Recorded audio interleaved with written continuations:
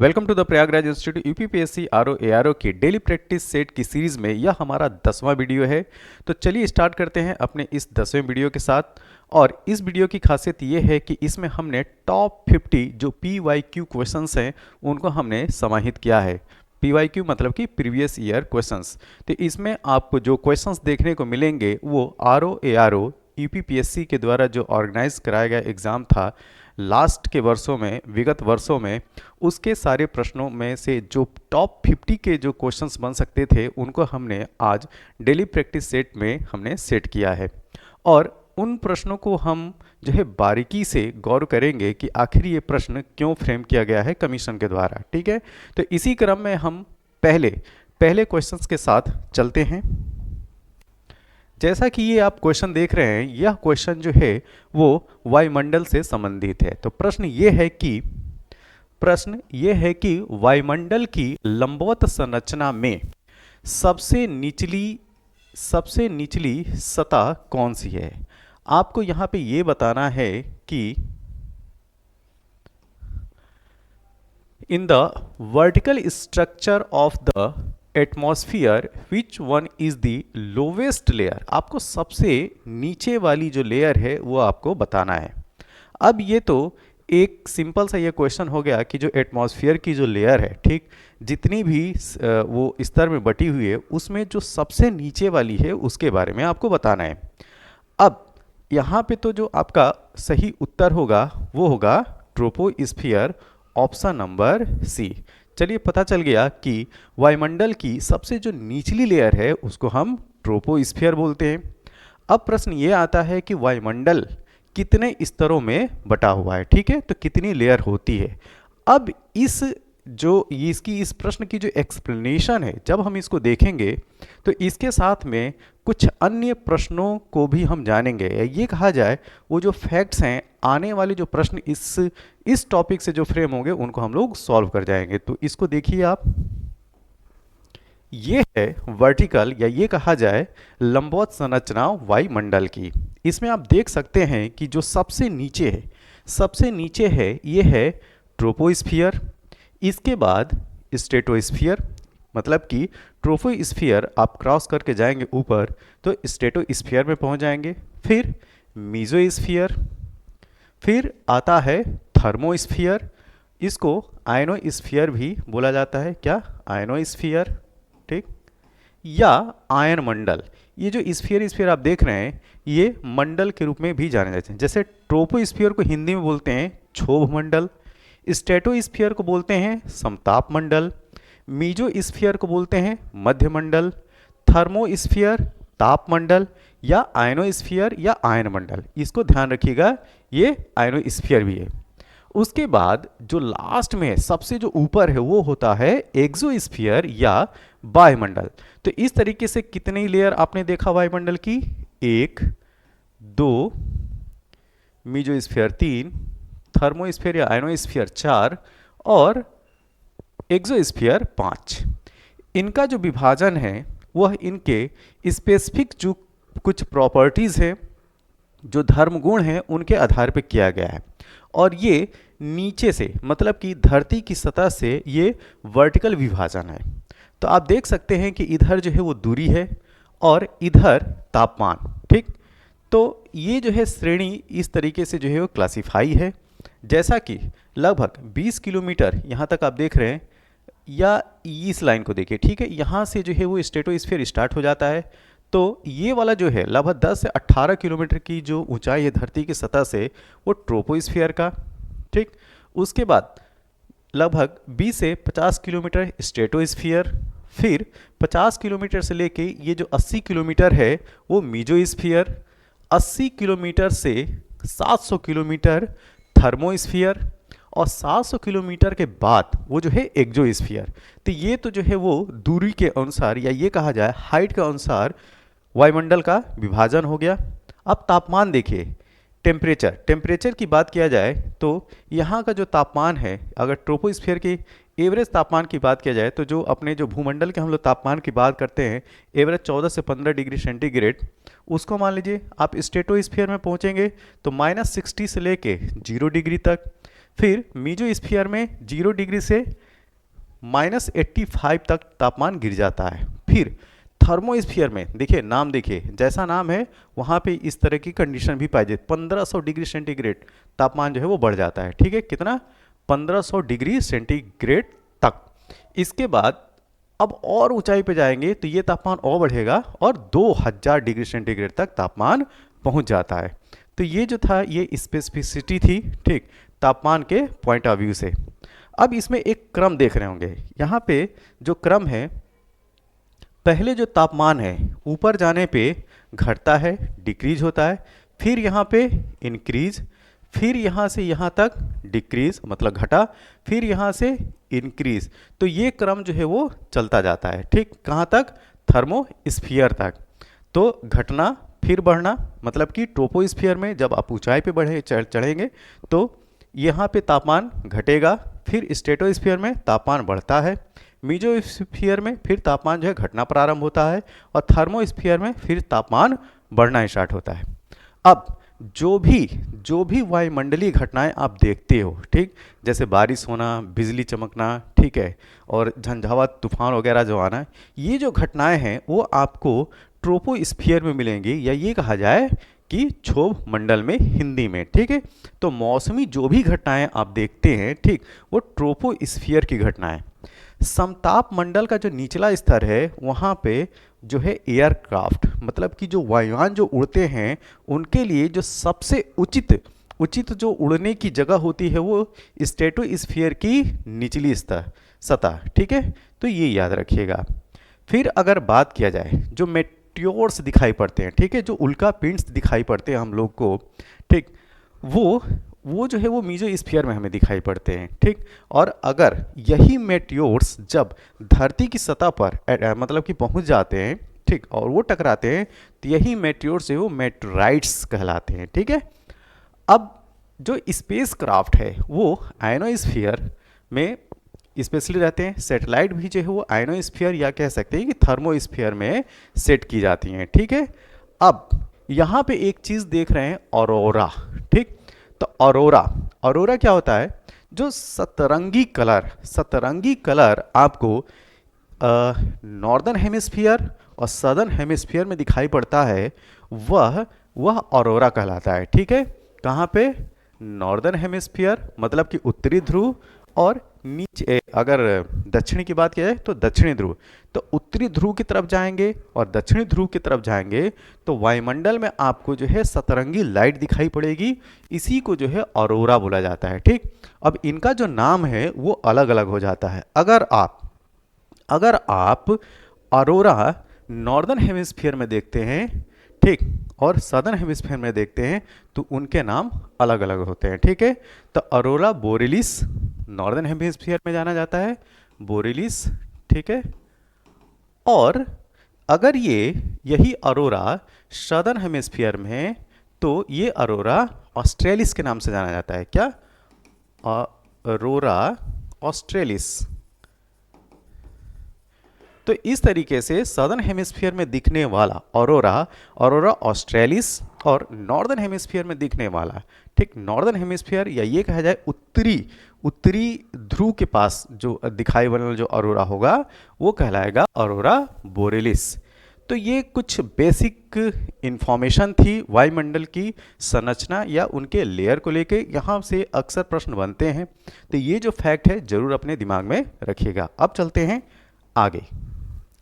अगला प्रश्न यह है कि निम्नलिखित राज्य केंद्र शासित राज्यों में जरवा जनजाति का निवास स्थान है। देखिए, जो जरवा जनजाति है वो अंडमान निकोबार की जनजाति है। ठीक है, तो यहाँ पे जो सही उत्तर है वो है ऑप्शन नंबर डी। और अक्सर एग्जाम में अंडमान निकोबार की जो जनजातियाँ हैं, जो ट्राइब्स हैं, वो अक्सर एग्जाम में पूछा जाता है। तो अब हमें क्या करना है कि जितनी भी अंडमान निकोबार की जनजातियाँ हैं उनको हम जान लें। तो देखिए, यहाँ पे अंडमान निकोबार द्वीप समूह में 4 नेग्रिटो, ठीक है, नेग्रिटो मतलब कि जिनका कॉम्प्लेक्शंस जो है वो ब्लैक कलर का है, ठीक है, काले कलर का है, उस तरह की जो जनजातियों की संख्या है वो है 4। ठीक है, तो इनमें नेग्रिटो में जो जनजातियां हैं वो ग्रेट अंडमानीज, ओंगे, ये भी याद रखें, ओंगे, जारवा और सेंटिलीज, इन चारों का नाम याद रखिएगा। और ख़ास तौर से जारवा और ओंगे अक्सर जो है एग्ज़ाम में पूछी जाती हैं कि यह जनजाति कहाँ की है। तो ये जो है नेग्रिटो हैं, नेग्रिटो जनजाति है कहाँ, अंडमान द्वीप समूह की। और क्या क्या नाम है, ग्रेट अंडमानीज, ओंगे, जारवा और सेंटिलीज। अब यहाँ पे हम लोग बात करेंगे कि निकोबार द्वीप समूह में, निकोबार द्वीप समूह में जो है वो जो जनजातियाँ हैं उनका उनका जो है वो रेस कौन सी है। तो ये जो है मंगोलाइड है। क्या है, मंगोलाइड। जैसा कि जैसा कि हम जानते हैं कि जो ह्यूमन रेस होती है, ठीक है, वो डिफरेंट डिफरेंट क्लासेस में बांटी गई है। ठीक है, मंगोलाइड हो गया, यूरोपियन एस्ट्रोलाइट्स हो गया, नेग्रिटो हो गया। ठीक, तो यहाँ पे जो निकोबार द्वीप समूह में, जो निकोबार द्वीप समूह में जनजातियाँ हैं, जो ट्राइब्स हैं, वो दो हैं, सोम्पेन और निकोबारी। कौन सी, सोम्पेन और निकोबारी। और इनका ये कैसी हैं, मंगोलॉयड हैं। ठीक है, मंगोलॉयड है। तो ये चीज़ ध्यान में रखिएगा। तो टोटल यहाँ पे हमने जो है अंडमान निकोबार द्वीप समूह की 6 जनजातियों के बारे में जाना। कौन कौन सी, ग्रेट अंडमानीज 1, ओंगे 2, जारवा 3, सेंटिलीज 4, शोम्पेन 5 और निकोबारी 6। अब चलते हैं अगले प्रश्न की तरफ। निम्नलिखित में से किस राज्य से कर्क रेखा नहीं गुजरती है। यहाँ पे आपको बताना है कि कर्क रेखा दिए गए राज्यों में से किस राज्य से नहीं गुजरती है। तो त्रिपुरा, छत्तीसगढ़, मणिपुर और मिजोरम, ये जो है ये नाम दिए हुए हैं। तो यहाँ पे सही उत्तर है ऑप्शन नंबर सी, मणिपुर। बाकी के 3 राज्य हैं, यहाँ से ट्रॉपिक ऑफ कैंसर गुजरती है। जैसा कि हम जानते हैं कि ट्रॉपिक ऑफ कैंसर और ट्रॉपिक ऑफ कैप्रिकॉर्न, इसका जो कॉन्सेप्ट है, कॉन्सेप्ट कैसा है, ये देखिए, ये पृथ्वी मानिए, ठीक है, और इसके मध्य में जो काल्पनिक रेखा है उसको भूमध्य रेखा बोलते हैं, इक्वेटर बोलते हैं। और इसके 23.5 डिग्री, कितना, 23.5 डिग्री नॉर्थ और इसके 23.5 डिग्री साउथ, 23.5 डिग्री नॉर्थ की रेखा को ट्रॉपिक ऑफ कैंसर बोलते हैं। क्या बोलते हैं, ट्रॉपिक ऑफ कैंसर, जिसको कर्क रेखा, क्या, कर्क रेखा हिंदी में बोलते हैं। और जो साउथ है इसको बोलते हैं ट्रॉपिक ऑफ कैप्रिकॉर्न, ठीक है, जिसको मकर रेखा बोला जाता है। हिंदी में मकर रेखा इसको कहते हैं। और ये जो 0 डिग्री है उसको क्या बोलते हैं, भूमध्य रेखा, भूमध्य रेखा।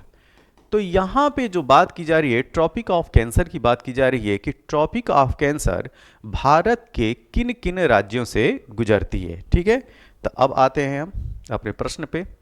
तो यहाँ पे त्रिपुरा से गुजरती है ट्रॉपिक ऑफ कैंसर, छत्तीसगढ़ से गुजरती है और मिजोरम से गुजरती है। ठीक है, और जिस राज्य से नहीं गुजरती है उस ऑप्शन जो दिया गया ऑप्शन है वो है मणिपुर।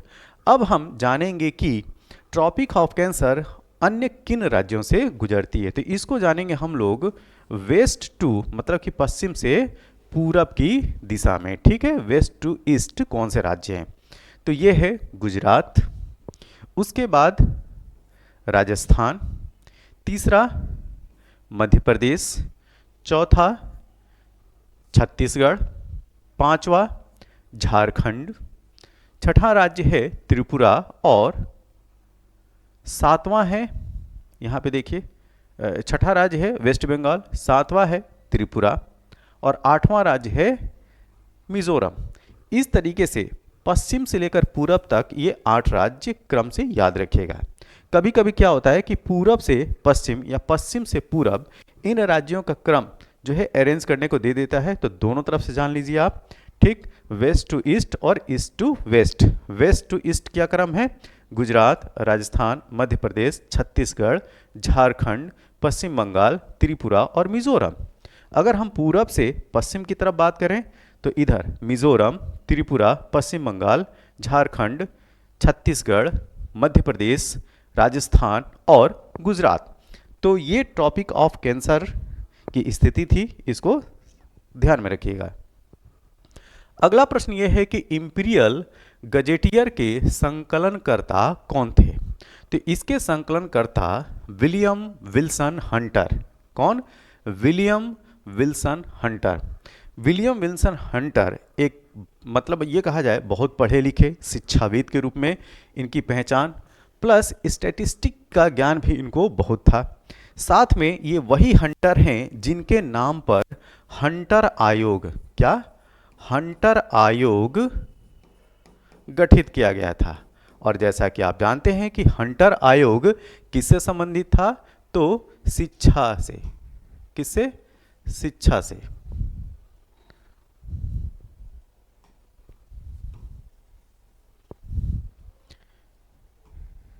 याद रखिएगा ये हंटर आयोग जो है वो एजुकेशन से संबंधित था और यह आयोग 1882-83 में आता है। यह ईयर भी याद रखिएगा कब? 1882-83। तो ये चीज आपको याद रखना है। Next, which one of the following was not associated with Indian national army? आपको बताना है कि निम्नलिखित में से कौन आजाद हिंद फौज INA से जुड़े हुए नहीं थे। तो यहाँ पे जो नाम दिए गए हैं इनमें से उनका नाम बताना है कि जो INA से संबंधित नहीं थे। तो रशीद अली INA से संबंधित थे, शहनवाज ये भी थे, PK सहगल ये भी INA के पार्ट थे, BC दत्त, यहाँ पे जो BC दत्त हैं वह INA या ये कहा जाए आजाद हिंद फौज से जुड़े हुए नहीं थे। अब प्रश्न ये आता है कि BC दत्त फिर किससे जुड़े हुए थे या इनका नाम कहाँ पे आता है? तो इनका नाम आता है नेवल म्यूटिनी से। ठीक, जो नेवल म्यूटिनी था, हाँ, जो नेवल म्यूटिनी था उसमें BC दत्त का नाम आता है। बाकी रशीद अली, शहनवाज और PK सहगल ये तीनों लोग जो हैं वो INA से जुड़े हुए थे। अगला प्रश्न, I have no time think about God because a lot of work has to be done on this earth. Whose statement is above? ईश्वर के बारे में सोचने के लिए मेरे पास वक्त नहीं है क्योंकि अभी इस धरती पर बहुत काम किया जाना है। उपरोक्त कथन किसका है? यह स्टेटमेंट है ईश्वर चंद्र विद्यासागर का। ठीक है, किसका? स्वामी Ishwar Chandra Vidyasagar, option number D. अब स्वामी ईश्वर चंद्र विद्यासागर का जो बहुत बड़ा योगदान है वह 1856 का विधवा पुनर्विवाह में इनके योगदान की वजह से 1856 में विधवा पुनर्विवाह अधिनियम आया। तो इनका नाम जो है उस संदर्भ में भी याद रखिएगा। और यहाँ पे जो प्रश्न पूछा गया है कि ईश्वर के बारे में सोचने के लिए मेरे पास वक्त नहीं है क्योंकि अभी इस धरती पर बहुत काम किया जाना है, यह स्टेटमेंट है स्वामी ईश्वरचंद विद्यासागर। अगला प्रश्न, कंसीडर द फॉलोइंग इवेंट्स, निम्नलिखित घटनाओं पर विचार कीजिए। ठीक है, घटनाएं क्या हैं? क्लाइव का पुनः भारत अभियान यह पुनः स्टार्ट करता है 1765 में। कब? 1765 में। इलाहाबाद की संधि होती है 16 अगस्त 1765 में। बक्सर का युद्ध कब का है? यह है 22 अक्टूबर 1764 का। 22 अक्टूबर 1764, 1764। वारेन हेस्टिंग्स का भारत का गवर्नर, ध्यान दीजिएगा यहाँ पे बात की जा रही है वारेन हेस्टिंग्स का भारत का गवर्नर बनना, न कि गवर्नर जनरल बनना। अगर आपसे पूछा जाए कि भारत का प्रथम गवर्नर जनरल कौन बना, तो वो था लॉर्ड विलियम बेंटिक। ठीक, तो यहाँ पे बात की जा रही है कि वारेन हेस्टिंग्स का भारत का गवर्नर बनना। तो यह है टाइम पीरियड 1773। अब ये जो चारों घटनाएं हैं, इन चारों जो घटनाएं हैं, जो इवेंट्स हैं, इनकी डेट अब हमें पता चल गई। अब इनको हम अरेंज करेंगे। तो पहला नंबर किसका आएगा? 22 अक्टूबर 1764 को हुए बक्सर का युद्ध। तो पहला 3 हो गया।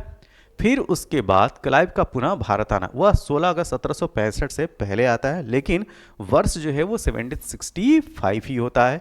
तो 3 के बाद एक, उसके बाद 16 अगस्त 1765 वाली घटना क्या थी? इलाहाबाद की संधि, ट्रीटी ऑफ इलाहाबाद, ये हो गया सेकेंड। और लास्ट में क्या आएगा? वारेन हेस्टिंग्स का भारत का गवर्नर बनना। तो 3124, 3124 ऑप्शन नंबर बी इसका सही उत्तर है। अगला प्रश्न, यहाँ पे लिस्ट 1 है और लिस्ट 2 है। आपको बताना है कि लिस्ट 1 के साथ लिस्ट 2 की किस प्रकार मैचिंग है। अब देखिए, पिछले प्रश्न में भी इलाहाबाद की संधि का जिक्र किया था और यहाँ पे भी इलाहाबाद की संधि जो है सूची 1 में दे दी गई। यही फायदा होता है PYQ क्वेश्चंस लगाने का।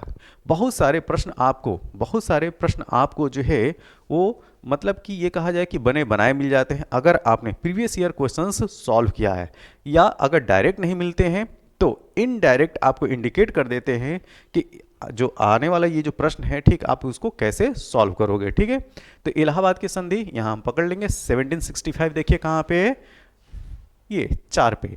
तो एक ए के आगे हम लोग क्या लिखेंगे? 4। ठीक है, ट्रीटी ऑफ एक्सला चैपले। ठीक है, एक्सला चैपले की संधि बहुत इंपॉर्टेंट है। ठीक है, ये बहुत इंपॉर्टेंट है, इसका ईयर याद रखिएगा। ठीक है, एक्सला चैपले की संधि 1748। तो बी के सामने हम लिख देंगे 3।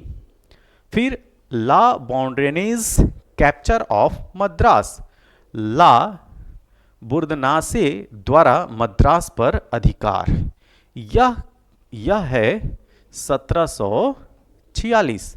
तो सी के आगे हम लोग लिख देंगे 2। डुप्लेक्स डिसमिसल, डुप्ले की पदच्युति, ये है, ये 1954 नहीं, ये 1754 होगा। ठीक है, तो ये है ऑप्शन 8। तो सही उत्तर क्या होगा? 4321। तो 4321 है क्या? Option number B. Option number B जो है वो सही उत्तर है यहां। अब चलते हैं अगले प्रश्न की तरफ। हमारे सामने जो अगला प्रश्न है कि निम्नलिखित घटनाओं को उनके काल क्रमानुसार व्यवस्थित कीजिए और नीचे दिए कूट से सही उत्तर का चयन कीजिए। ठीक है, तो गांधी इरविन समझौता, गांधी इरविन समझौता, या ये कहा जाए जो गांधी इरविन एग्रीमेंट है या गांधी इरविन पैक्ट है, यह कब हुआ? तो यह होता है 5 मार्च 1931 को। और एक चीज़ और याद रखिएगा, जो गांधी इरविन एग्रीमेंट है इसको दिल्ली समझौता भी बोलते हैं या दिल्ली पैक्ट भी बोलते हैं। ठीक है, क्या? Delhi pact, right. अब पूना पैक्ट, पूना पैक्ट कब का है? यह है 24 सितंबर 1932। Declaration of complete national independence, पूर्ण राष्ट्रीय स्वतंत्रता की घोषणा, यह 1929 के लाहौर अधिवेशन में इसको डिक्लेयर किया जाता है। और जैसा कि हम जानते हैं कि 26 जनवरी 1930 को रावी नदी के तट के किनारे लाहौर में पूर्ण स्वराज की बात की जाती है। ठीक है, और इसी वजह से 26 जनवरी को हम आज की डेट में गणतंत्रता दिवस के रूप में मनाते हैं। ठीक है, अब सविनय अवज्ञा आंदोलन कैसे प्रारंभ होता है? वो दांडी मार्च से प्रारंभ होता है। कब? 12 मार्च 1930। अब ये जो चारों जो इवेंट्स हैं उनकी डेट हमें पता चल गई। अब हम इनको अरेंज कर सकते हैं। तो यहाँ पे सबसे पहले यहाँ पे आपको क्या दिखाई पड़ रहा है? जी हाँ, declaration of complete national independence. तो 3 लिख दें। 3 के बाद 12 मार्च 1930 की जो घटना है सिविल डिसओबीडियंस कैंपेन, तो 3 के बाद 4, उसके बाद दिल्ली पैक्ट या ये कहा जाए गांधी इरविन समझौता नंबर 1, और लास्ट में 2, 3412। यहाँ पे जो सही उत्तर है आपका ऑप्शन नंबर ए। अगला प्रश्न, यहाँ पे आपको बताना है कि कौन सा एक सही सुमेलित है। तो दिए गए ऑप्शन में जो इटावा पायलट प्रोजेक्ट है वो सही सुमेलित है। यह कॉन्सेप्ट है अल्बर्ट मायर का, और कब इन्होंने ये प्रोजेक्ट लॉन्च किया? 1948। एक तरफ अधिनियम है, एक्ट्स हैं, और दूसरी तरफ उनका वर्ष दिया है, ठीक है। और आपको बताना है कि कौन जो है सही सुमेलित नहीं है। एग्जाम में खास तौर से इस तरह के एग्जाम में आप जरूर ये याद रखिए जहाँ पे निगेटिव मार्किंग हो, कि आपसे प्रश्न में पूछा क्या जा रहा है। यहाँ पे पूछा जा रहा है कि कौन सुमेलित नहीं है। तो देखिए, राजद्रोही सभाओं को रोकने का अधिनियम, प्रिवेंशन ऑफ सेडिशंस मीटिंग एक्ट्स, क्या यह 1908 का है? जी नहीं, यह 1908 का नहीं है, यह अधिनियम 1907 का है। कब? 1907। तो प्रश्न के अनुसार जो है, जो पहला ऑप्शन है ए, हमें सही उत्तर मिल गया। आगे के अभी देख लेते हैं हम लोग, ठीक है। एक्सप्लोसिव सब्सटेंसेस एक्ट, विस्फोटक पदार्थ अधिनियम 1908, जी हाँ ये सही है। Indian criminal law amendment act, भारतीय फौजदारी कानून संशोधन अधिनियम 1908। न्यूज़पेपर इंसेंटिव टू ऑफेंस, समाचार पत्र अपराधों के लिए प्रोत्साहन अधिनियम 1908। देखिए यहाँ पे ये जो 4 अधिनियम दिए गए हैं, इन चारों अधिनियम का नाम जरूर याद रखिए, ठीक। और इन्हीं अधिनियमों में से आगे के आने वाली परीक्षाओं में जो है वो क्वेश्चन सेट कर दिया जाएगा। तो इन अधिनियम और इन अधिनियम के वर्ष हैं आपको ध्यान में रखना है, ठीक है। ये बहुत इंपॉर्टेंट प्रश्न की श्रेणी में आएगा, तो इसको रखिए वेरी इंपॉर्टेंट।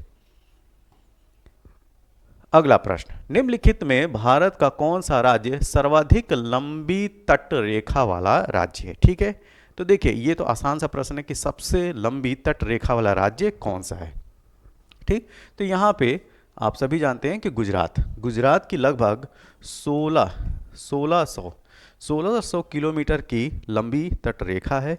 इसको याद रखिएगा, कितना? 1600 किलोमीटर की। अब यहाँ पे बात ये आती है कि टॉप 3 भी जान लेते हैं लगे हाथ। तो पहला स्थान जो है सबसे लंबी तट रेखा गुजरात की, दूसरा नंबर आंध्र प्रदेश की, और तीसरी सबसे लंबी तट रेखा जो है जिस राज्य की है वो है तमिलनाडु। तो ये जो टॉप 3 है इसी प्रश्न के साथ आप ध्यान में रखिएगा। Next, which of the following systems of rocks provides maximum amount of coal in India?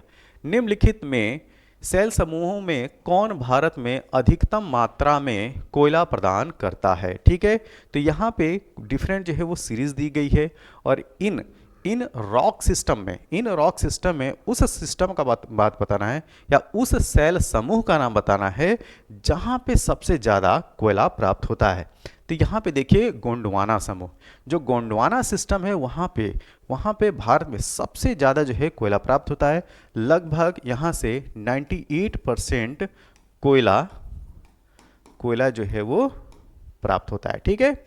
और इस 98% ये जो कोयला है, ठीक, इसमें कोयले की जो 4 प्रकार होते हैं, 4 प्रकार, एंथ्रासाइट, बिट्यूमिनस, लिग्नाइट और पीट।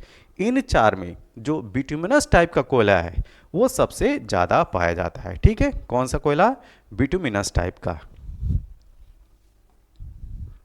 अगला प्रश्न, विच of the following rivers the Chitrakoot नहीं है, चित्रकोट वाटरफॉल्स इज लोकेटेड? आपको बताना है कि चित्रकोट जलप्रपात निम्नलिखित में से किस नदी पर है? तो यह है इंद्रावती नदी। कौन सी नदी? इंद्रावती रिवर। तो ये जो है बहुत इंपॉर्टेंट क्वेश्चन है, ध्यान में रखिए। अगला प्रश्न, Kumaon Himalaya is situated between which of the rivers? ठीक है, तो आपको बताना है कि जो कुमाई हिमालय है निम्नलिखित में से किन नदियों के बीच में स्थित है? देखिए ये जो सिंधु और सतलज है इसमें पंजाब हिमालय आता है। कौन सा? पंजाब हिमालय, ठीक है, पंजाब हिमालय। काली और तीस्ता,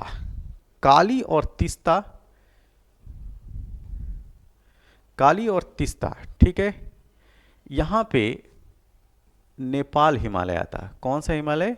नेपाल हिमालय, ठीक है। सतलज और काली, ठीक, सतलज और काली में ये है कुमायूं। कुमायूं, ठीक है, कुमायूं हिमालय। तो ऑप्शन नंबर सी जो है वो सही होगा, ठीक है। तो ऑप्शन नंबर सी जो है ये इसका सही उत्तर है। तीस्ता एंड ब्रह्मपुत्रा, तीस्ता और ब्रह्मपुत्रा में जो है वो असम हिमालय आता है। कौन सा? असम हिमालय। तो ये जो है क्रम याद रखिएगा। पंजाब हिमालय सिंधु और सतलज, काली और तीस्ता नेपाल हिमालय, सतलज और काली कुमायूं हिमालय, और तीस्ता और ब्रह्मपुत्रा असम हिमालय। नेक्स्ट, निम्नलिखित भारत की नदियों में कौन कर्क रेखा को 2 बार पार करती है? तो ये है मध्य प्रदेश की रिवर जो धार जिले से निकलती है, माही, ठीक है। और इसका बहाव, जो माही रिवर है, इसका बहाव 3 राज्यों में है, एक मध्य प्रदेश, दूसरा गुजरात और तीसरा राजस्थान। और यह जो है वह वेस्टर्न फ्लोइंग रिवर है, ठीक है। मतलब कि यह अरब सागर में जाके गिरती है। कहाँ गिरती है? इधर अरब सागर में, अरब सागर में, ठीक है। नेक्स्ट, भारत में मानसून की उत्पत्ति निम्नलिखित पवनों में किसके द्वारा होता है? तो ये सिंपल सा क्वेश्चन है, दक्षिण पश्चिम मानसून पवन के द्वारा। क्या? दक्षिण पश्चिम पवन के द्वारा। इसी वजह से जो भारत में जो आने वाला जो मानसून है उसको हम लोग स्पेशली साउथ वेस्ट मानसून बोलते हैं। अगला प्रश्न, नीली क्रांति निम्न में से संबंधित है, ठीक है। तो नीली क्रांति किससे संबंधित है? जी हाँ, मछली उत्पादन से। तो कभी कभी क्या होता है कि कृषि से संबंधित जो क्रांतियां हैं उनके नाम पूछ लिए जाते हैं। तो अब हम लोग क्या करेंगे कि जो क्रांतियां हैं किसी की चीज़ के प्रोडक्शन के लिए, खाद्य पदार्थ हो या कोई अन्य पदार्थ हो उसके प्रोडक्शन के लिए, तो वो किस नाम से जानी जाती हैं वो पूरी लिस्ट देखेंगे, ठीक है। यहाँ से एक प्रश्न जो है वो अक्सर पूछा जाता है। तो यहाँ पे देख सकते हैं ग्रीन रिवोल्यूशन किससे संबंधित था? खाद्यान्न, फूड ग्रेन प्रोडक्शन से, खाद्यान्न उत्पादन से। राउंड रिवोल्यूशन आलू उत्पादन से। गोल्डन फाइबर रिवोल्यूशन या स्वर्ण रेशा क्रांति जूट उत्पादन से। ग्रीन गोल्ड रिवोल्यूशन जो है वो चाय उत्पादन से। किससे संबंधित है? चाय उत्पादन से। परामनी क्रांति या कंसल्टेशन रिवोल्यूशन ये है भिंडी उत्पादन से। इसको जो है वेरी इंपॉर्टेंट में रखिए, ठीक है। क्या? परामनी क्रांति या कंसल्टेशन रिवोल्यूशन जो है भिंडी उत्पादन संबंधित है। येलो रिवोल्यूशन पीली क्रांति तिलहन उत्पादन से। ब्राउन रिवोल्यूशन या भूरी क्रांति उर्वरक प्रोडक्शन से। साइलेंट रिवोल्यूशन या मूक क्रांति मोटे अनाजों के उत्पादन से। रजत सिल्वर रिवोल्यूशन जो है वो कपास उत्पादन से। या अगर कपास के साथ में अगर एग हो, क्या? अंडे, ठीक है। तो एग प्रोडक्शन भी जो है वो सिल्वर के अंतर्गत आएगा। रेड रिवोल्यूशन टमाटर या मांस उत्पादन से। श्वेत क्रांति व्हाइट रिवोल्यूशन दूध उत्पादन से। एवरग्रीन सदाबहार समग्र कृषि विकास के लिए। और जो एवरग्रीन रिवोल्यूशन का कॉन्सेप्ट है एमएस स्वामीनाथन के द्वारा दिया गया था। सनराइज रिवोल्यूशन इलेक्ट्रॉनिक उद्योग के डेवलपमेंट से। सिल्वर फाइबर रिवोल्यूशन, ठीक है। क्या? सिल्वर फाइबर रिवोल्यूशन कपास कॉटन के प्रोडक्शन से। तो यहाँ पे जो आप लोगों ने देखा था, ठीक, ये रजत क्रांति, ठीक। तो यहाँ पे सिल्वर फाइबर रिवोल्यूशन जो है कहना ज़्यादा उचित रहेगा।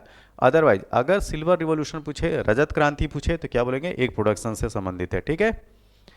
सुनहरी गोल्डन रिवोल्यूशन फल उत्पादन से। सैफ्रॉन रिवोल्यूशन केसर उत्पादन से। स्लेटी या ग्रे रिवोल्यूशन संबंधित है उर्वरकों के उत्पादन से। स्वर्ण गोल्ड रिवोल्यूशन फल और शहद उत्पादन से। अगला ग्रीन गोल्ड रिवोल्यूशन संबंधित है बांस के उत्पादन से, बांस के प्रोडक्शन से, ठीक है। बम्बू प्रोडक्शन में क्रांति लाने के लिए जो मुहिम चलाए गए थे वो है हरित सोना, ग्रीन गोल्ड रिवोल्यूशन। बादामी रिवोल्यूशन ये मसाला उत्पादन से। गुलाबी पिंक रिवोल्यूशन झींगा उत्पादन से। ब्लू जो कि आपसे अभी पूछा गया था प्रश्न में, ये मछली उत्पादन से संबंधित है। खाकी जो रिवोल्यूशन है वो लेदर प्रोडक्शन से, चमड़ा उत्पादन से। एनएच क्रांति का मतलब नेशनल हाईवे क्रांति। तो ये है स्वर्णिम चतुर्भुज योजना। अमृत रिवॉल्यूशन नदी जोड़ योजना से संबंधित है। इंद्रधनुष रिवॉल्यूशन, सभी क्रांतियों पर निगरानी रखने हेतु जो रिवॉल्यूशन है वो है इंद्रधनुष। कृष्णा रिवॉल्यूशन या कृष्ण क्रांति पेट्रोलियम प्रोडक्ट उत्पादन से है। धूसर या ग्रे रिवॉल्यूशन सीमेंट उत्पादन से है। गंगा रिवॉल्यूशन, गंगा क्रांति भ्रष्टाचार के खिलाफ सदाचार पैदा करने हेतु। तो ये जो क्रांतियां हैं इनकी लिस्ट आपको जो है इस वीडियो के कंप्लीट होने के बाद Telegram channel the Prayagraj institute के टेलीग्राम चैनल पर दे दी जाएगी और इस लिस्ट को याद कीजिएगा। ठीक। अगला प्रश्न, Tulbul project is on which river, Tulbul परियोजना किस नदी पर है? तो तुलबुल परियोजना है झेलम, ऑप्शन नंबर बी। अगला प्रश्न, निम्नलिखित कथनों पर विचार कीजिए तथा नीचे दिए गए कूट से सही उत्तर का चयन कीजिए। रिहंद बांध सोन नदी की एक सहायक नदी पर है, जी हाँ यह स्टेटमेंट सही है। हीराकुंड बांध महानदी पर है, ये भी सही है। तुंगभद्रा परियोजना आंध्र प्रदेश एवं कर्नाटका का संयुक्त उपक्रम है, ये भी सही है। मैथान बांध दामोदर नदी की एक सहायक नदी बराकर पर है, ये भी स्टेटमेंट सही है। तो यहाँ पे चारों के चारों स्टेटमेंट जो दिए गए हैं वो सही है। तो हमारा सही उत्तर क्या होगा? ऑप्शन डी, 1, 2, 3 और 4। In which of the following cities of India the first synthetic rubber plant of the country was set up? Bharat के निम्नलिखित नगरों में से किस में देश का प्रथम कृत्रिम रबर संयंत्र लगाया गया है? तो ये है पानीपत। ठीक है। अगर करंट अफेयर की घटनाओं में पहला पूछा जाए कि ये पहला भारत का या कोई राज्य हो, ठीक है, जैसे उत्तर प्रदेश का एग्जाम देने जा रहे हैं आप लोग, तो उत्तर प्रदेश में कोई पहला कोई सेटअप लग रहा हो, ठीक, कोई इंडस्ट्री लग रही हो, तो उसको जरूर याद रखिए। साथ में महिलाओं से संबंधित, किसानों से संबंधित, या ये कहा जाए SC ST इन वर्ग से संबंधित अगर योजना परियोजना लॉन्च हो रही है तो उनको भी आप ध्यान में रखें। यहाँ पे दो लिस्ट है, सूची 1 और सूची 2। आपको उनमें जो है आपको मैच करना है। गुरु महिसानी यह खनन क्षेत्र है, माइनिंग एरिया है, ठीक। तो गुरु महिसानी जो है वो उड़ीसा के मयूरभंज डिस्ट्रिक्ट में, कौन सा जिला? उड़ीसा का मयूरभंज। और किसके लिए ये जानी जाती है माइन? ये जानी जाती है लौह अयस्क के लिए। किसका? आयरन ओर के लिए। तो ए के सामने क्या आ गया? 3। तालचर ये भी जो है उड़ीसा में है, ये जाने जाते हैं कोल माइनिंग के लिए। क्या? कोल। तो बी के आगे 4। जादूगुड़ा झारखंड में है और यहाँ यूरेनियम प्राप्त किया जाता है। सी के आगे 2। जावर ये है राजस्थान में और यहाँ से जिंक निकाला जाता है। तो 3, 4, 2, 1, ऑप्शन 3, 4, 2, 1, ऑप्शन नंबर सी इसका सही उत्तर है। अगला प्रश्न, आपको बताना है कि निम्नलिखित में से कौन सही सुमेलित नहीं है। एक तरफ देश है और दूसरे तरफ लौह अयस्क उत्पादन क्षेत्र। तो यह जो प्रश्न है आपको ये भी बता जाएगा कि किस देश में कौन सा लौह अयस्क क्षेत्र है, ठीक है। और कभी कभी प्रश्न ऐसा होता है कि क्षेत्र का नाम दे देगा और आपसे पूछा जाएगा कि यह किस माइनिंग के लिए जाना जाता है, लोहे के लिए या जस्ता के लिए या यूरेनियम के लिए। जैसे कि इसके पहले वाला प्रश्न था, इस पहले वाले प्रश्न में क्या था? खनन क्षेत्र का नाम दिया हुआ था, ठीक है। ये तो अपने देश के जो खनन या माइनिंग साइट्स हैं वो हैं, और दूसरी तरफ उस खनिज का नाम पूछा गया था जिस खनिज के लिए वह जो खनन क्षेत्र है या जो माइंस जानी जाती है। अब यहाँ पे एक तरफ देश है और दूसरी तरफ लौह अयस्क उत्पादन क्षेत्र। अब इनको जो है वो मैच करना है और इसमें बताना है कि कौन सा सुमेलित नहीं है। तो देखिए, कजाकिस्तान में कारागंडा ये तो मैच है, यूक्रेन में किरवाय राग ये भी मैच है, जर्मनी नॉर्मंडी, ठीक, ये गलत है। जर्मनी में नॉर्मंडी नहीं है, ठीक, नॉर्मंडी है उत्तरी फ्रांस में। तो यहाँ पे क्या होना चाहिए था? फ्रांस होना चाहिए था। क्या होना चाहिए था? फ्रांस। तो ये जो है वो गलत है, फ्रांस में पेरिनीज है, तो ये सही है। तो ये तो एटलीस्ट याद रखिए कि जो लौह अयस्क क्षेत्र हैं, कजाकिस्तान में कारगंडा, ये सही है। यूक्रेन में क्रिवाय रॉग, इसका भी नाम याद रखिएगा। नॉर्मंडी कहाँ पे? फ्रांस में, ना कि जर्मनी में। और फ्रांस में क्या है? पायरिनीज या पिरनीज। तो यहाँ पे जो सही उत्तर होगा ऑप्शन नंबर सी। अगला प्रश्न, निम्नलिखित में से कौन एक सही सुमेलित है? ठीक है, आप लोग को करेक्टली मैच बताना है। तो एक तरफ क्या है? औद्योगिक प्रदेश के नाम दिए हुए हैं और दूसरे तरफ देश का नाम दिया है। तो लॉरेन औद्योगिक प्रदेश ये इटली में नहीं है, ये कहाँ है? फ्रांस में। ठीक, कहाँ है? फ्रांस में। तो यहीं पे ये क्या हो गया? फ्रांस में। रूर औद्योगिक प्रदेश जर्मनी, ये सही है। ठीक है। अच्छा, ब्रिस्टल औद्योगिक प्रदेश ये कहाँ है?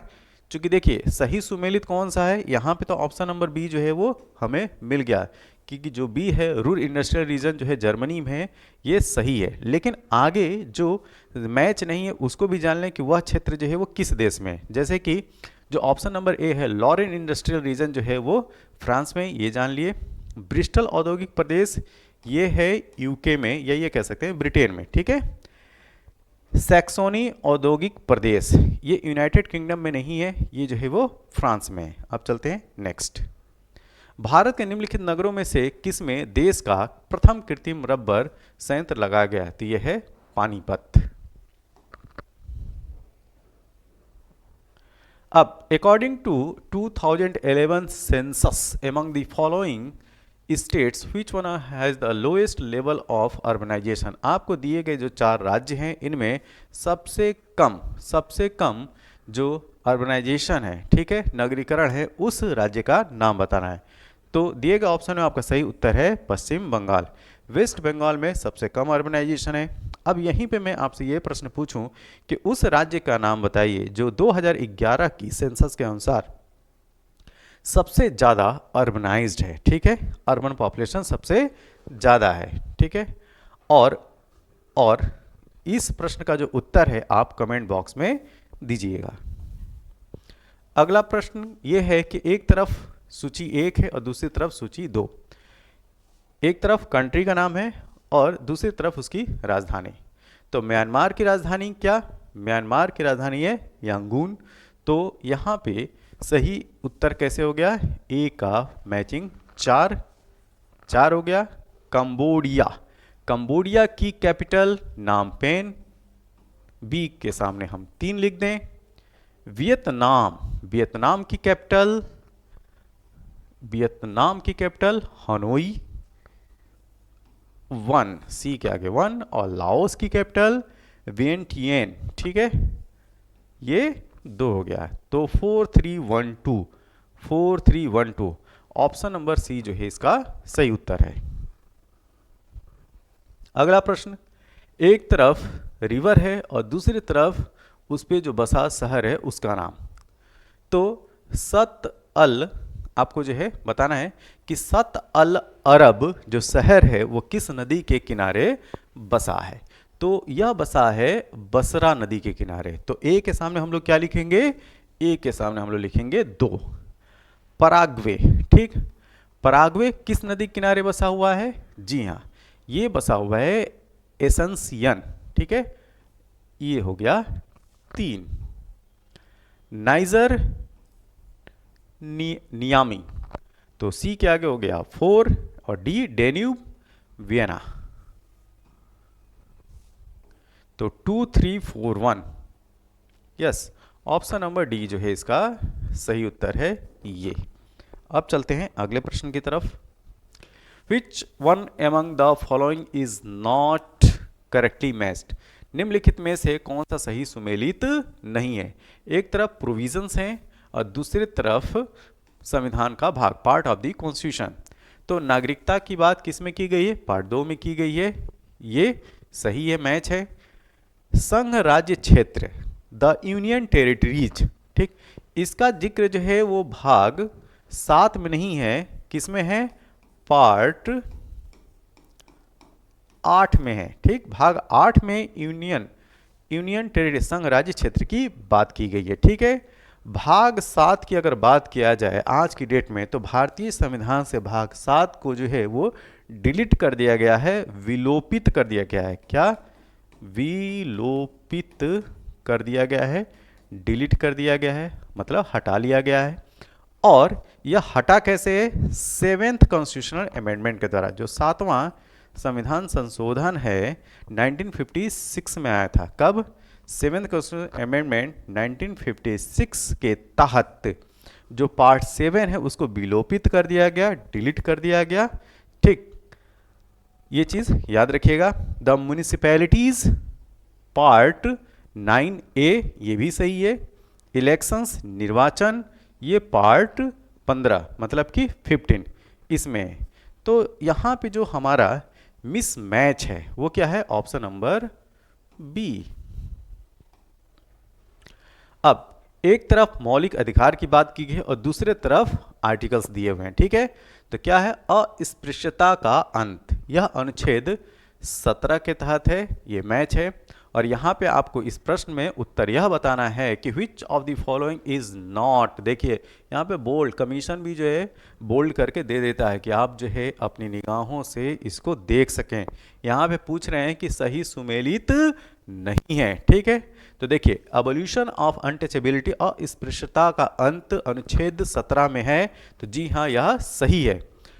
Protection against arrest and detention, गिरफ्तारी एवं निरोध विरुद्ध संरक्षण, अनुच्छेद 23 जी नहीं, यह आर्टिकल 23 के तहत नहीं है, यह आर्टिकल 22 के तहत है। ठीक है, जो अनुच्छेद 23 है, जो आर्टिकल 23 है, उसमें ह्यूमन ट्रैफिकिंग की बात की गई है। ठीक है, मानव व्यापार निषेध की बात की गई है, ये ध्यान रखिएगा। फ्रीडम ऑफ रिलीजन, धर्म की स्वतंत्रता की बात, अनुच्छेद 25 ये भी मैच है। प्रोटेक्शन ऑफ इंटरेस्ट माइनॉरिटी, अल्पसंख्यकों के हित का संरक्षण, अनुच्छेद 29 ये भी सही है। तो यहाँ पे जो हमारा जो सही उत्तर होगा वो होगा ऑप्शन नंबर बी। नेक्स्ट, 2011 की जनगणना के अनुसार भारत के निम्नलिखित किस राज्य में अनुसूचित जाति, यहाँ पे शेड्यूल कास्ट की बात की जा रही है, अनुसूचित जाति की जनसंख्या 0 है। ठीक है, उस राज्य का नाम बताना है। तो यह राज्य है नागालैंड। ठीक, नागालैंड में एससी की पॉपुलेशन 2011 की जनगणना के अनुसार क्या है? 0 है। अब यहाँ पे प्रश्न ये एक आता है कि सबसे ज़्यादा शेड्यूल कास्ट की पॉपुलेशन किस राज्य में है? ठीक है, तो याद रखिएगा पंजाब। पंजाब में सबसे ज़्यादा शेड्यूल कास्ट की पॉपुलेशन है। अगला प्रश्न, निम्नलिखित जनगणना वर्षों में किसे भारत के जनांकिकीय इतिहास में महान विभाजक के रूप में जाना जाता है? तो यह है वर्ष 1921। एक्चुअली में 1911 से 1921 वाला ये जो डिकेड है, इसमें भारत की जनसंख्या की ग्रोथ निगेटिव रही है। इसी वजह से 1901 से लेकर अब तक जो जनगणना लास्ट जो हुई है 2011 तक, ठीक है, इसमें केवल यही वाला जो डिकेड था जिसमें नकारात्मक निगेटिव ग्रोथ देखने को मिली थी। तो इसी वजह से इसको भारत के जानकी के इतिहास में महान विभाजक के रूप में जाना जाता है। निम्नलिखित अधिनियमों में से किसके द्वारा भारत परिषद इंडियन काउंसिल को समाप्त किया गया है? ठीक, तो यहाँ पे भारत परिषद या इंडियन काउंसिल को समाप्त करने की बात की जा रही है। तो यह अधिनियम था 1935 का। ठीक है, 1935 का जो 1935 का अधिनियम था वो काफ़ी इंपॉर्टेंट अधिनियम है। ठीक, तो गवर्नमेंट ऑफ इंडिया एक्ट 1935 के तहत भारत परिषद या इंडिया काउंसिल को समाप्त कर दिया गया। अगला प्रश्न, सर्वोच्च न्यायालय की स्थापना के संबंध में निम्नलिखित में से कौन सा कथन सही है? ठीक है, तो कलकत्ता में सर्वोच्च न्यायालय की स्थापना 1773 के रेगुलेटिंग एक्ट के द्वारा की गई थी। जी हाँ, यह स्टेटमेंट सही है। Lemaistre was the first chief justice of this court. Lemaistre इस न्यायालय के प्रथम मुख्य न्यायाधीश थे। यह स्टेटमेंट जो है वो गलत है, लेमेस्टर नहीं थे, ये जो है वो इम्पे थे। कौन? इम्पे। तो यहाँ पे जो सही उत्तर है वो है ऑप्शन 1। कार्यकारी न्यायाधीशों की नियुक्ति की जाती है, ठीक है। यहाँ पे एक्टिंग जजेस आर अपॉइंटेड इन, तो ये जो है उच्च न्यायालय में की जाती है। और देखिए जब चीफ जस्टिस, उच्च न्यायालय के जब चीफ जस्टिस की बात आएगी, ठीक, तो उसके लिए अनुच्छेद है आर्टिकल 223। और जब एक्टिंग जज की बात आएगी उनके अपॉइंटमेंट की हाई कोर्ट में, तो वह आर्टिकल है 224। तो यहाँ पे जो सही उत्तर है वो है ऑप्शन नंबर सी। हरित बॉन्ड के संबंध में निम्न में से कौन सा कथन सही नहीं है? आपको बताना है कि कौन सा स्टेटमेंट जो है वो करेक्ट नहीं है, ठीक है। किसमें? ग्रीन बॉन्ड के रेफरेंस है।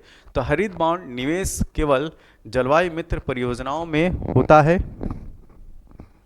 क्या ये स्टेटमेंट सही है? जी हाँ, ये सही है। Green bonds were first introduce by European investment fund in 2007। ये भी स्टेटमेंट सही है। वर्ल्ड बैंक भी इसमें इन्वॉल्व रहता है। कौन? वर्ल्ड बैंक, ठीक है। तो ये स्टेटमेंट भी सही है। हरित बॉन्ड वित्तीय बाजार नवाचार है। Green bonds are financial market innovation. जी हाँ, ये भी सही है। Green bonds are fixed interest loan is short date maturities. देखिए यहाँ पे ये जो है शॉर्ट डेट, यही गलत है, ठीक है। ये लॉन्ग टर्म के लिए, ठीक है, लॉन्ग टर्म के लिए। तो हरित बॉन्ड स्थिर ब्याज प्रतिफल अल्पकालिक परिपक्वता निवेश है। जी नहीं, दीर्घकालिक है। क्या? दीर्घकालिक, ये याद रखिएगा। तो यहाँ पे जो मिसमैच या गलत कौन सा हुआ? Option number D. तो हमारा सही उत्तर क्या है? Option D. Next, with reference to deposit insurance and credit guarantee insurance corporations, which of the following statement is are correct? Deposit insurance and credit guarantee insurance निगम के बारे में निम्नलिखित में से कौन सा कथन सही है? भारतीय रिजर्व बैंक की एक सहायक है। क्या यह स्टेटमेंट सही है? जी हाँ, ये स्टेटमेंट सही है। तो जो deposit insurance and credit guarantee insurance निगम है या रिजर्व बैंक ऑफ इंडिया की सब्सिडरी है, ठीक है। 5 लाख की जमा इसके द्वारा बीमित है। Deposits up to 5 lakh are insured by it. ये भी स्टेटमेंट सही है। तो हमारा सही उत्तर क्या होगा? Option number C, both 1 and 2। अगला प्रश्न यह है कि निम्नलिखित उपायों पर विचार करें और जिन्हें आरबीआई अर्थव्यवस्था में मुद्रा स्फीति को नियंत्रित करने के लिए प्रयोग में लाता है, ठीक है। तो आपको बताना है कि consider the following measures that RBI uses to control inflation in the economy. तो पहला देखते हैं, बैंक दर में वृद्धि। जी हाँ, अगर आरबीआई के द्वारा बैंक रेट में वृद्धि कर दी जाएगी तो जो पब्लिक सेक्टर बैंक है उनके पास लिक्विडिटी, या ये कहा जाए जो लिक्विड मनी है वो कम रहेगी, तो वो लोगों को भी कम देंगे, ठीक। अब इस तरीके से मार्केट में पैसे की कमी होगी, तो उस समय इन्फ्लेशन कंट्रोल हो सकता है, ठीक है, या होता है। फिर नगद आरक्षित अनुपात में वृद्धि, जो कैश रिजर्व रेशियो है, इसको बढ़ा देने से भी मार्केट में पैसे की कमी होती है। संवैधानिक तरलता अनुपात में वृद्धि, इंक्रीज स्टैट्यूटरी लिक्विडिटी रेशियो, इससे भी जो है मार्केट में क्या होगी? मार्केट में या पब्लिक के पास पैसे की कमी होगी, तो इन्फ्लेशन कंट्रोल में होगा। चौथा देखते हैं, सरकारी प्रतिभूतियों का क्रय, परचेज ऑफ गवर्नमेंट सिक्योरिटीज। देखिए जब आरबीआई गवर्नमेंट सिक्योरिटीज को खरीदेगी मार्केट से, ठीक है, तो उसमें क्या होगा? अब वो जो है पैसा मार्केट में देगी, ठीक है, पब्लिक सेक्टर बैंकों के माध्यम से। तो अब मार्केट में पैसा जाएगा, मतलब कि लोगों के पास पैसा जाएगा। कब? जब वह परचेज करेगी, जब वो गवर्नमेंट सिक्योरिटीज़ को परचेज करेगी, तो इससे इन्फ्लेशन घटेगा नहीं, कंट्रोल नहीं होगा, वो बढ़ेगा। तो ये वाला जो पॉइंट है, जो चौथा पॉइंट है वो सही तरीका नहीं है। तो हमारे पास यहाँ जो 4 स्टेटमेंट दिए गए थे उनमें इन्फ्लेशन को मुद्रास्फीति को नियंत्रित करने के लिए कौन कौन सही होगा? पहला, दूसरा और तीसरा।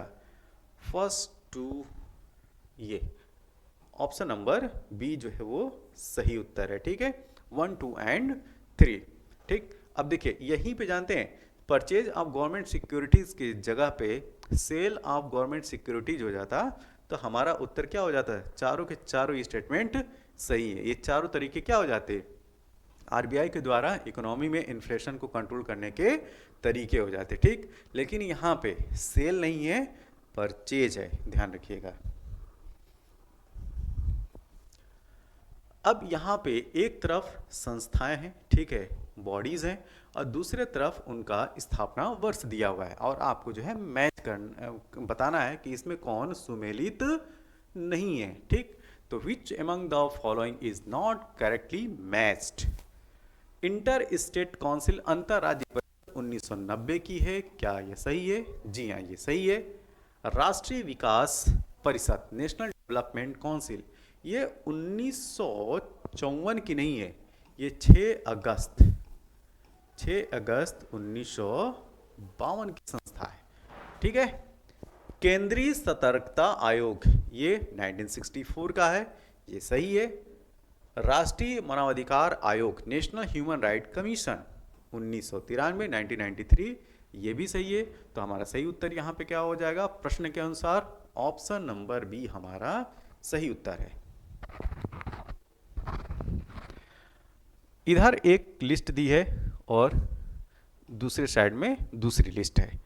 एक तरफ क्या हुए हैं, दिए हुए हैं जो भारतीय संविधान के शेड्यूल हैं वो दिए हुए हैं, ठीक, और दूसरे तरफ उन शेड्यूल्स में जो अनुसूचियां हैं उनमें कौन सी बात है उसका जिक्र है। ठीक है, तो यहाँ पे देखिए 7 शेड्यूल में किस चीज़ की बात की गई है?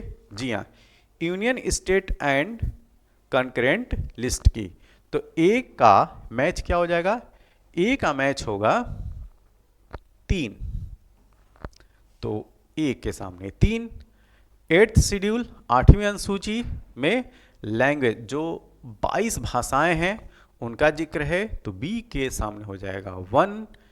9वीं अनुसूची जो है ये है वैलिडेशन ऑफ सर्टेन एक्ट्स, कुछ अधिनियमों का विधि मान्यकरण, तो सी के आगे हो गया 4, ये हो गया 4। और 10th शेड्यूल 10वीं अनुसूची ये है disqualification on the ground of defection, दल परिवर्तन के आधार पर निर्हरता, तो डी के सामने हो गया 2। तो 3142 ऑप्शन नंबर डी जो है यहाँ पे सही उत्तर है। ये कुछ महत्वपूर्ण प्रीवियस ईयर क्वेश्चंस थे जो कि यूपीपीएससी आरओ में पूछे गए थे। इन प्रश्नों को बहुत ही सूक्ष्म अवलोकन कीजिए और इस लेक्चर में जहां त्रुटि हुई हो मेरे द्वारा वह उसको आप कमेंट बॉक्स में ज़रूर दें। इस त्रुटि को मैं सुधारने की कोशिश करूंगा और इस वीडियो की जो पीडीएफ है वो अगर आप लेना चाहें तो डिस्क्रिप्शन बॉक्स में द प्रयागराज इंस्टीट्यूट का टेलीग्राम चैनल का लिंक दिया हुआ है, वहाँ से आप टेलीग्राम चैनल से आप ले सकते हैं। यह वीडियो आपको कैसा लगा इसका सुझाव जो है आप कमेंट बॉक्स में ज़रूर दें और इस वीडियो को ज़्यादा से ज़्यादा लाइक, शेयर और सब्सक्राइब कीजिए। तब तक के लिए थैंक यू, धन्यवाद।